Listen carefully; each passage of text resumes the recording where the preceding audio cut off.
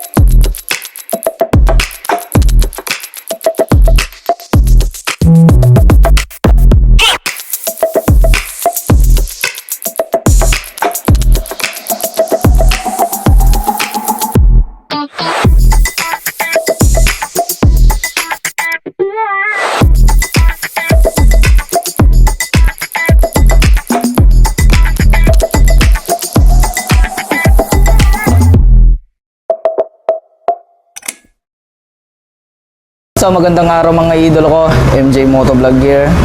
Paano ka natuto magmotor?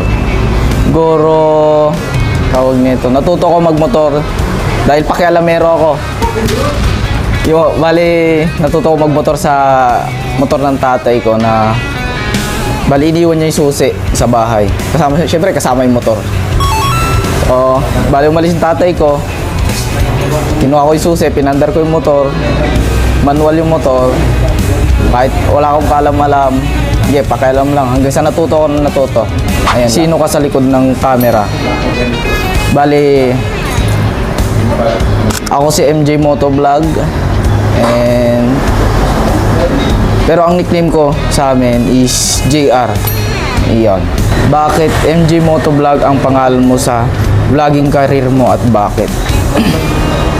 Nakuha ko yung MJ Motovlog, yung MJ Motovlog kasi bale yung M as in yung Mika na pangalan ng misis ko and yung J as in JR, kaya pinagdugtong ko na lang, kaya MJ Motovlog. Paano kayo nagsimula mag motovlog? Siguro nagsimula ako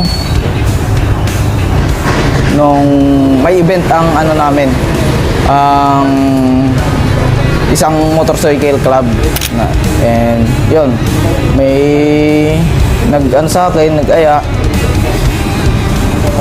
Doon ko na pinagpatuloy hanggang sa inoferan ako ng X-Deal muna, then tuloy-tuloy na hanggang sa tawag nito, nag-ipon ako, nagpundar ako. Bali, ang gamit ko dati sa pagbablog is eto, cellphone. Then, nag-ipon ako, pambili ng camera. Then, nakabili naman ako yung aking DJI Osmo Action 4. Then, ayun na, hanggang sa nakapasok ako dito sa Behind Motorcycle. Kabang aberya sa kalsada na nagpatibay sa'yo? Siguro, aberya na naranasan ko is yung angkas ko yung misis ko and pumutok yung gulong ko sa likuran na medyo nagpakaba sa akin kasi syempre nasa gitna kami ng kalsada dito sa may MacArthur Highway sa Marikina. Yun. Ano ang dream bike mo at bakit?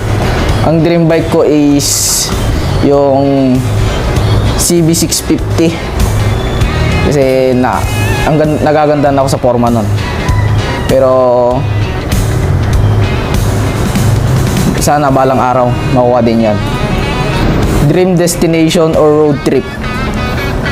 Dream destination or road trip ko, Philippine Loop. Yan. Advice sa mga gustong kang tularan balang araw, lalo na sa mga riders.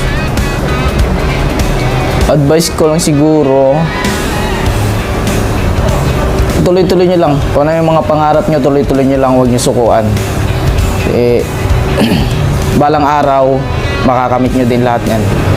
Message sa mga followers or taga-suporta.